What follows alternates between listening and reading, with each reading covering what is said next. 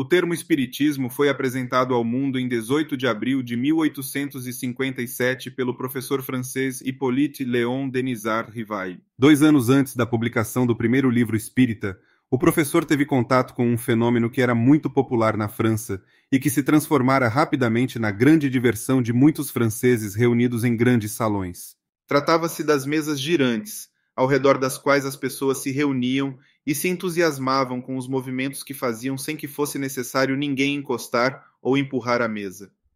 Convidado por um amigo para presenciar esse fenômeno, o professor Rivail, profundo pesquisador, já com diversos livros publicados e considerado um homem extremamente culto e inteligente, dirigiu-se até um dos salões em que os curiosos se reuniam.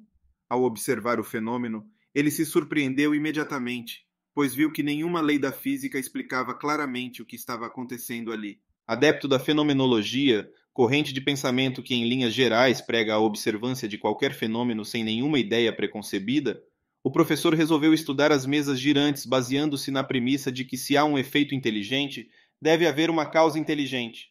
Logo ele percebeu que os sons e movimentos emitidos pelas mesas não eram desconexos e poderiam ser categorizados e estudados, notando também que a quantidade de batidas da mesa poderia corresponder a sim ou não para as perguntas que fazia.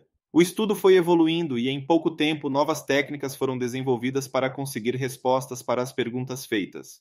Com o tempo, ele percebeu que quem influenciava o processo não era a mesa, e sim as pessoas que estavam próximas, especialmente aquelas com sensibilidade para perceber a presença de seres espirituais, as quais passou a chamar de médiuns. Esses médiuns começaram a auxiliá-lo, trazendo diretamente as comunicações dos espíritos, sem necessitar do fenômeno físico das mesas girantes.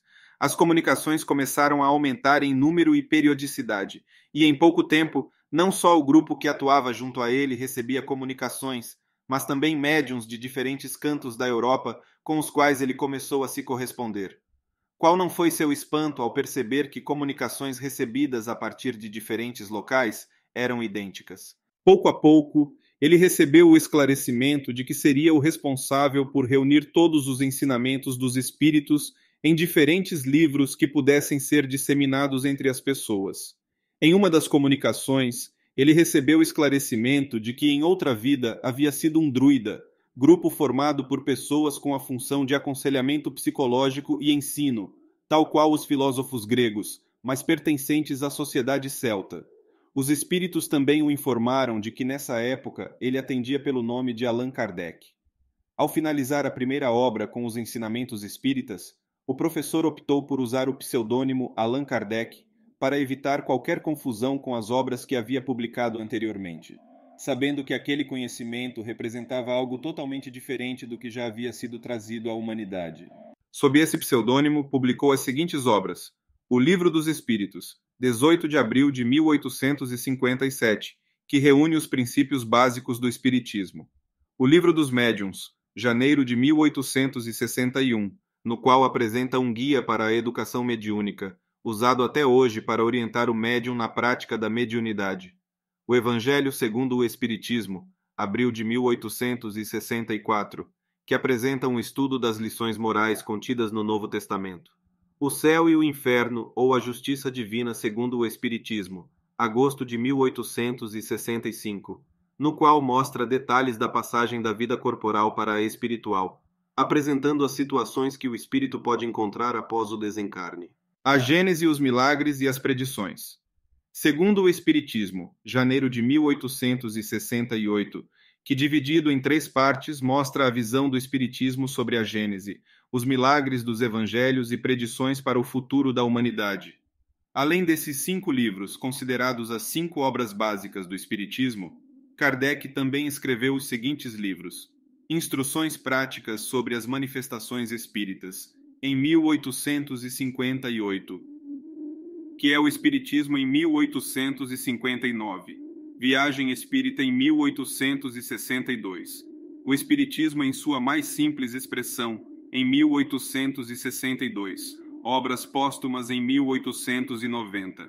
Após publicar o Livro dos Espíritos, Kardec fundou a primeira Sociedade Espírita em Paris e iniciou viagens por diversos países da Europa para ajudar na criação de novos centros espíritas. Surgiam as bases para a disseminação da religião. No Brasil, o espiritismo chegou em 1860 e teve como grande nome em sua fase inicial Bezerra de Menezes, médico e político que presidiu a Federação Espírita Brasileira. Porém, o maior responsável pelo crescimento do número de praticantes do espiritismo no Brasil foi o médium Chico Xavier, que nasceu em 2 de abril de 1910 e, em seus 92 anos de vida, psicografou mais de 460 livros e milhares de mensagens expandindo os ensinamentos trazidos inicialmente nas obras de Allan Kardec. Além disso, Chico, considerado por muitos um homem santo, devido às obras de caridade que patrocinava com os direitos autorais da venda de seus livros e pelo jeito simples e o desapego dos bens materiais que praticava, ajudou a trazer uma visão positiva, humana e menos mística para o espiritismo.